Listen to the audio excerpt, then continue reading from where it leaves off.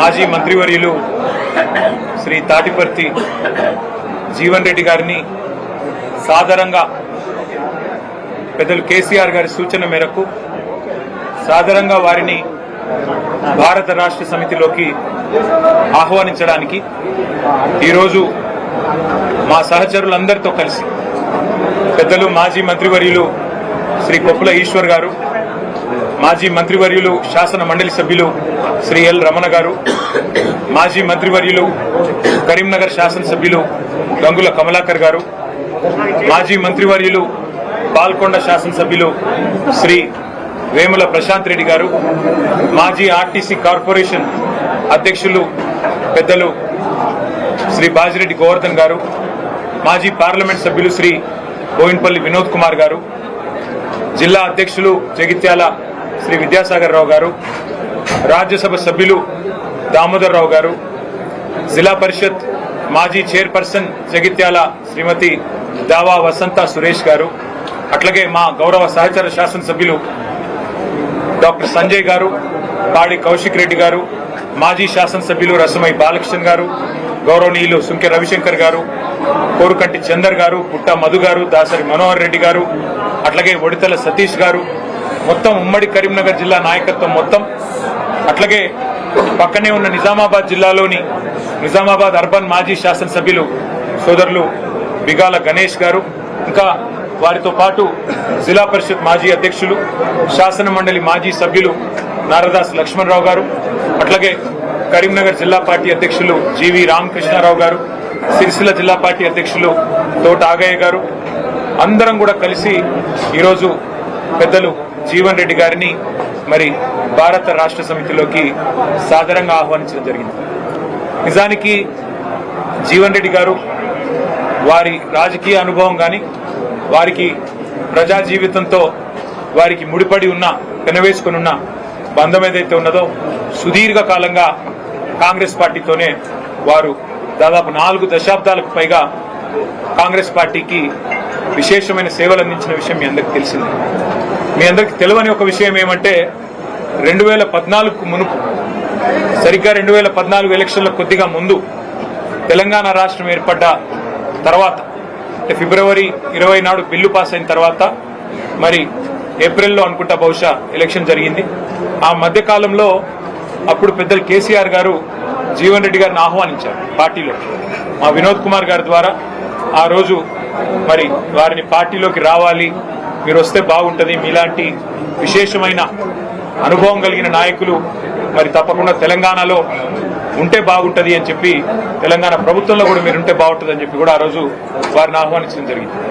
కానీ ఒక నిబద్ధత కలిగిన నాయకుడిగా ఆ రోజు వారు కాంగ్రెస్ పార్టీ నాయకత్వంతో వారికి ఉన్న అనుబంధాన్ని మరి కాంగ్రెస్ పార్టీ బలోపేతానికి ముందుకు నడవాలన్న ఉద్దేశంతో వారు ఆనాడు కాంగ్రెస్ లోనే కొనసాగారు. ఆ రోజు జగిత్యాల శాసనసభ్యుడిగా కూడా 2014లో గెలిచినారు.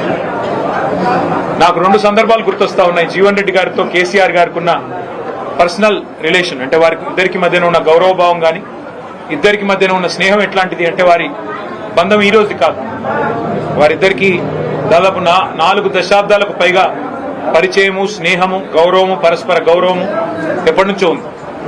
నాకు 2 సందర్భాలు నా కళ్ళ ముందు జరిగినాయి గుర్తొస్తా ఉన్నాయి. ఒకటి 2014లో కేసీఆర్ గారు జూన్ 2 నాడు ముఖ్యమంత్రిగా పదవీ బాధ్యతలు చేపట్టిన తర్వాత వారి మొట్టమొదటి అధికారిక పర్యటన జిల్లాలలో ఉమ్మడి కరీంనగర్ జిల్లాతోనే ప్రారంభమైంది.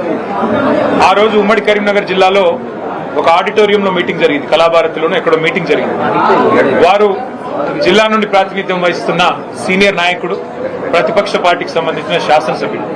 కానీ కేసీఆర్ గారు స్వయంగా ముందు జీవన్ రెడ్డి గారికి మైకునివ్వండి అని చెప్పి వారికి మైక్ అందిస్తే జీవన్ రెడ్డి గారు లేచి వారు స్ట్రైట్ గా అభినందనలు చెప్పి మరి పరస్పరం మరి ఒక్కసారి మీరు ఇప్పుడు గవర్నమెంట్ లో ఉన్నారు, మీకు అభినందనలు చెబుతూ జగిత్యాల ప్రజల తరపున నేను ఒకటి మిమ్మల్ని అడగదలుచుకున్నా అని చెప్పి వారు చాలా చిన్నది ఒక బోర్నపల్లి అనే గ్రామానికి సంబంధించి ఒక బ్రిడ్జ్ కావాలా, వెంటనే నాకు శాంక్షన్ కావాలని ఒక మాట చిన్నగా అడిగినా.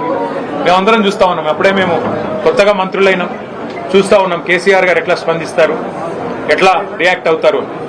సాధారణంగా దాటవేయొచ్చు, చెప్పొచ్చు చూస్తాను అని చెప్పొచ్చు, పరిశీలిస్తాను అని చెప్పొచ్చు.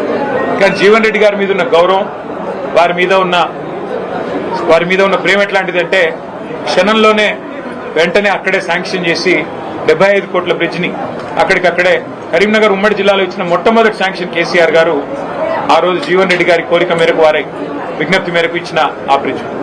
తర్వాత ఇంకో సందర్భం గుర్తొస్తా ఉంది నాకు. అసెంబ్లీలో జీవన్ రెడ్డి గారు ఎప్పుడు ప్రజా సమస్యల గురించి, ముఖ్యంగా రైతుల గురించి చాలా గట్టిగా మాట్లాడే నాయకుడు.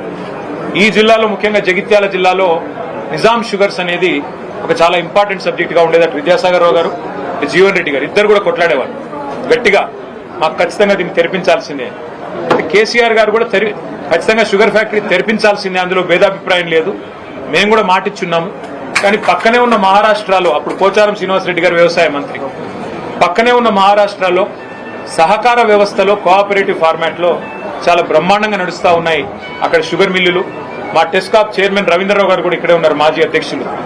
అట్లా కోఆపరేటివ్ వ్యవస్థను బలోపేతం చేస్తే బాగుంటుంది జీవన్ రెడ్డి గారు. ఒకవేళ మీరు కావాలనుకుంటే ప్రభుత్వం నుంచి 250-300 కోట్లు పెట్టడానికి కూడా మేము సిద్ధంగా ఉన్నాం.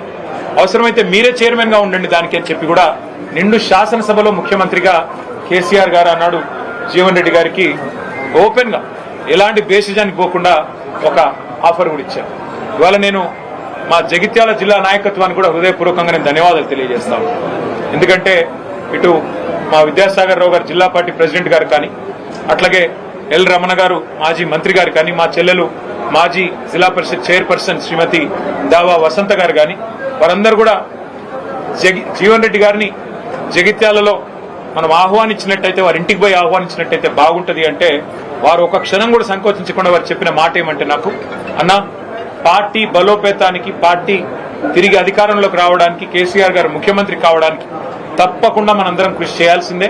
అందులో భాగంగా జీవన్ రెడ్డి గారి చేరిక అనేది మనకు చాలా చాలా లాభం జరుగుతుంది. వారిని మీరు తప్పకుండా రండి, ఆహ్వానించండి, మేమందరం కూడా మీకు వెల్కమ్ చెప్తామని చెప్పి వాళ్ళు అన్ని సాధారణంగా ఏర్పాట్లు కూడా వారు చేశారు. వారికి కూడా నా అభినందనలు. వాళ్ళ రాష్ట్ర వ్యాప్తంగా ఉన్న రైతుల్లో ఒక ఆక్రోశం ఉంది, రాష్ట్ర వ్యాప్తంగా ఉన్న ప్రజల్లో ప్రతి వర్గంలో ఇవాళ ఒక ఆక్రోశం వ్యక్తమవుతా ఉంది.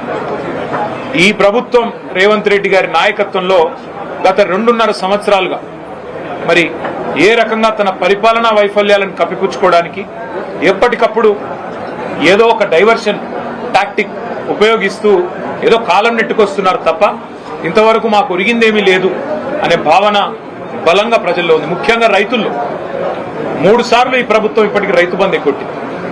ఒకసారి కాదు, 2 సార్లు కాదు, 3 సార్లు విజయవంతంగా రైతు బంధు ఎగ్గొట్టారు. 3 సార్లు రైతు బంధు ఎగ్గొట్టడం అంటే ఒక్కొక్క దఫా వాళ్ళు చెప్పిన 9,000 కోట్లు లెక్కేసుకున్న 27,000 కోట్లు ఈ 2.5 సంవత్సరాల్లోనే ప్రభుత్వం 70 లక్షల మంది రైతులకు బాకీ పడ్డది. 27,000 కోట్లు ఎగ్గొట్టి 20,000 కోట్ల రుణమాఫీ చేసినా అని చెప్పి రేవంత్ రెడ్డి గారు ఏదైతే రైతులను మభ్యపెట్టే ప్రయత్నం చేస్తున్నారో రైతుల ఆవేదనతో ఉన్నారు. అట్లాగే రాష్ట్ర వ్యాప్తంగా ఉన్న మహిళలు నిన్న రేవంత్ రెడ్డి గారు మాట్లాడిన మాట కూడా చూస్తున్నారు. బాసరలో ఆయన మాట్లాడిన మాటలు ఎంత దారుణంగా, ఎంత అవమానకరంగా, ఒక ముఖ్యమంత్రి స్థాయికి తగని మాట. ఎంత పెద్ద కండలు తిరిగిన పైల్వానైనా 3 నెలల్లోనే పిల్లలు పుట్టించలేడు కదా, ఇది ఒక ముఖ్యమంత్రి నోట్లోంచి వచ్చే భాషనైనా, ఒక ముఖ్యమంత్రి మాట్లాడే భాషనై? అసలు 3 నెలలు అన్న మాట చెప్పింది ఎవరండి? మేం చెప్పినామా? ప్రజలు అడిగారా? మీరే కదా సంతకాలు పెట్టింది, మీరే కదా రేవంత్ రెడ్డి గారు పిసిసి అధ్యక్షుడిగా, మీ బట్టి విక్రమార్క గారు సిఎల్పి లీడర్ గా 100 రోజుల్లోనే 6 గ్యారంటీలు అమలు చేస్తామని నొక్కి చెప్పింది మీరు, గ్యారంటీ కార్డులు ఇచ్చింది మీరు, ఆర్థిక పరిస్థితి మొత్తం మాకు తెలుసు అని చెప్పి ఉదరగొట్టింది మీరు. ఇవాళ ఏ ఒక్క హామీ అమలు చేయకుండా ఈ అపసవ్యపు మాటలు మాట్లాడుతున్నది మీరు. పెద్దలు జీవన్ రెడ్డి గారు లాంటి నికార్సైన కాంగ్రెస్ నాయకులను అవమానించి వారి ఆత్మగౌరవాన్ని దెబ్బతీస్తున్నది మీరు. ఇది ఒక జీవన్ రెడ్డి గారి విషయంలో కాదు నేను మాట్లాడుతున్నాను. నేను మొన్న డిప్యూటీ సీఎం బట్టి విక్రమార్క గారి కొడుకు పెళ్లికి పోయినా. ఒకరు కాదు, ఇద్దరు కాదు, ఒక 100-150 మంది కాంగ్రెస్ కార్యకర్తలు నా చేతిలో చేసి అన్న వచ్చేది మీ ప్రభుత్వమే. అది సందర్భము కాదు, రాజకీయ వేదిక కాదు, ఇంకోటి కాదు.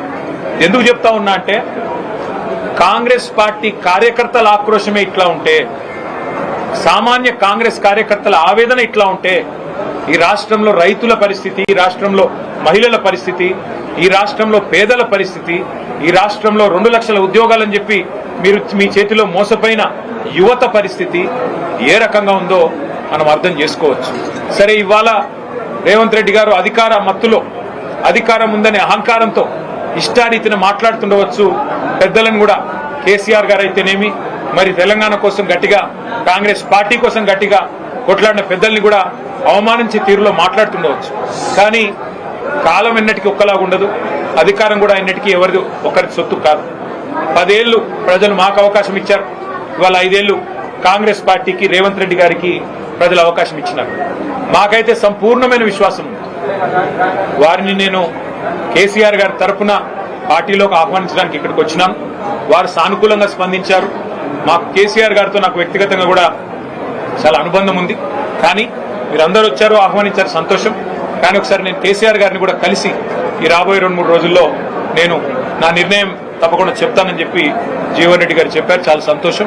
నేను వారిని కోరేది ఒకటే, ఈ రాష్ట్రంలో రైతులు, ఈ రాష్ట్రంలో పేదలు తిరిగి వారి మొహంలో చిరునవ్వు రావాలి అంటే కేసీఆర్ గారు ముఖ్యమంత్రి కావాల్సిందే. తిరిగి మళ్ళీ కేసీఆర్ గారు బాధ్యతలు చేపట్టాల్సిందే, తెలంగాణను పట్టాలు ఎక్కించాల్సిందే. అందుకే వారి సహకారాన్ని నేను కోరుతా ఉన్నాను. మా సహచరులందరం కూడా కలిసి వచ్చి వారిని ఇవాళ ఉమ్మడి కరీంనగర్ జిల్లా, అట్లాగే ఉమ్మడి నిజామాబాద్ జిల్లాకు సంబంధించిన ముఖ్య నాయకులందరం కూడా వచ్చి వారిని సాదరంగా ఆహ్వానించాము. వారు పెద్దలు కేసీఆర్ గారితో కలిసిన తర్వాత మిగతా అన్ని విషయాలు కూడా ప్రజాహితాన్ని దృష్టిలో పెట్టుకొని, అల్టిమేట్ గా ఈ రాష్ట్ర భవిష్యత్తును దృష్టిలో పెట్టుకొని, తప్పకుండా జగిత్యాల జిల్లా ప్రయోజనాలు కూడా దృష్టిలో పెట్టుకొని వారు నిర్ణయం తీసుకుంటారని చెప్పి నేను ఆశిస్తా ఉన్నాను. వారికి తప్పకుండా మా వైపు నుంచి ఆహ్వానం మాత్రమే కాదు, పార్టీలో కూడా సముచితమైన స్థానము, గౌరవము తప్పకుండా ప్రజల్లో వారికి ఉన్న గౌరవానికి, ప్రజల్లో వారికి ఉన్న గుర్తింపుకు తగ్గ విధంగా ఉంటుందని చెప్పి కూడా వారికి నేను విజ్ఞప్తి చేస్తూ, మరి ఈరోజు వారు కూడా వారి సహచరులందరినీ పరిచయం చేశారు. చాలా ఓపికగా మమ్మల్ని రిసీవ్ చేసుకున్నందుకు పెద్దలు జీవన్ రెడ్డి గారికి కూడా హృదయపూర్వకంగా మా అందరి పక్షాన వారికి ధన్యవాదాలు తెలియజేస్తూ